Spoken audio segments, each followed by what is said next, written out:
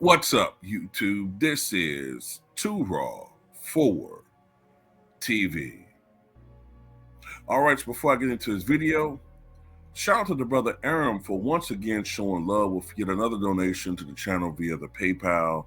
Salute to you for showing love to Too Raw for TV. Also, shout out to the brother Swarthy Wizard for the $10 donation via the PayPal. He left a note. He says, Too Raw, King LeBron Ramon James will be the 2025 All-Star MVP.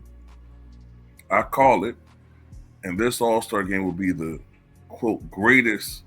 I call it, sir. Well, I don't know about it being the greatest, but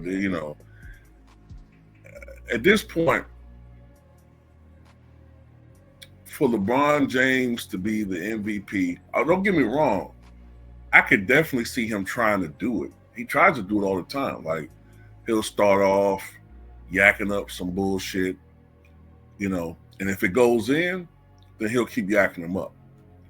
If not, then he'll just call it quits. If he sees that he doesn't have a realistic shot at getting the MVP, then he'll just basically mentally quit and just be a spectator, because that's just how he rolls. You know what I'm saying? If he's going, or he's going to play all 48 minutes and try to score 50, 60 points and get a triple-double, and, the media is going to have a goddamn collective orgasm out there on the court. You know what I'm saying? Court is going to be all squeegeed off, and,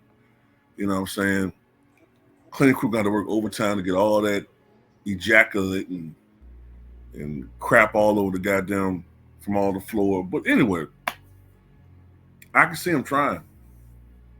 Most definitely. But let's talk about Kendall Gill, right? Kendall Gill said something recently that I think needed to be said, because a lot of times we've always talked about how this whole GOAT thing is media manufactured. It's not like a real debate.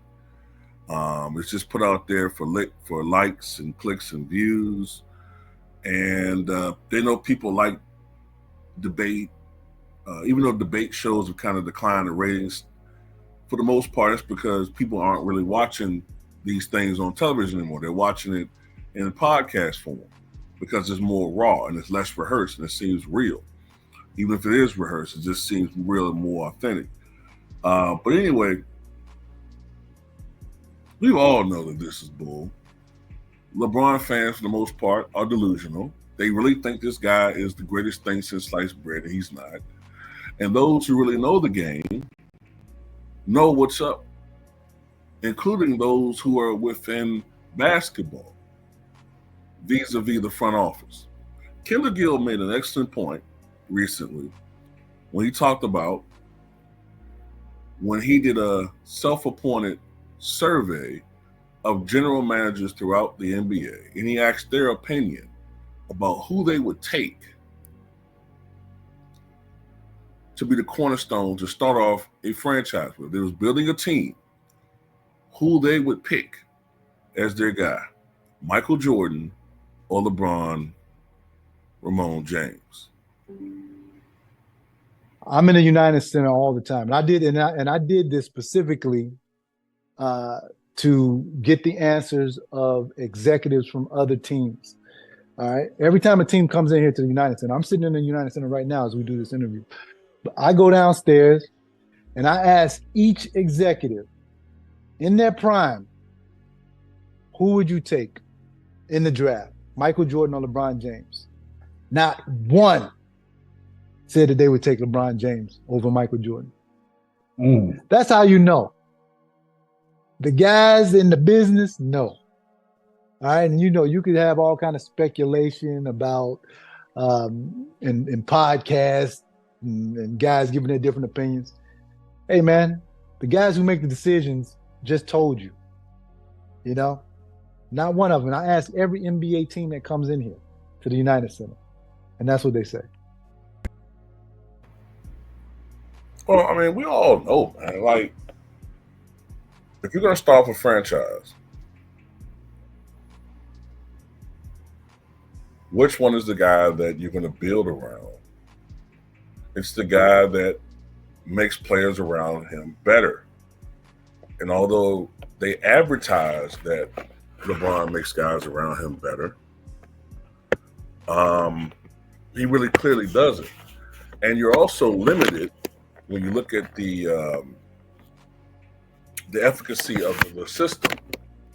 You're limited as to what type of players you can get. Whereas Michael Jordan was truly a utility man who you could build a team around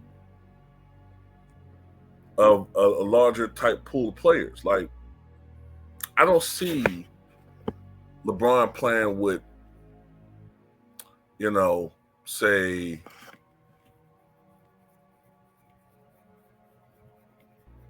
I'm scraping the barrel here. I don't see him playing with a Dickie Simpkins, or I don't see him playing with, some of the guys that Michael Jordan played with. I don't see him being effective playing with a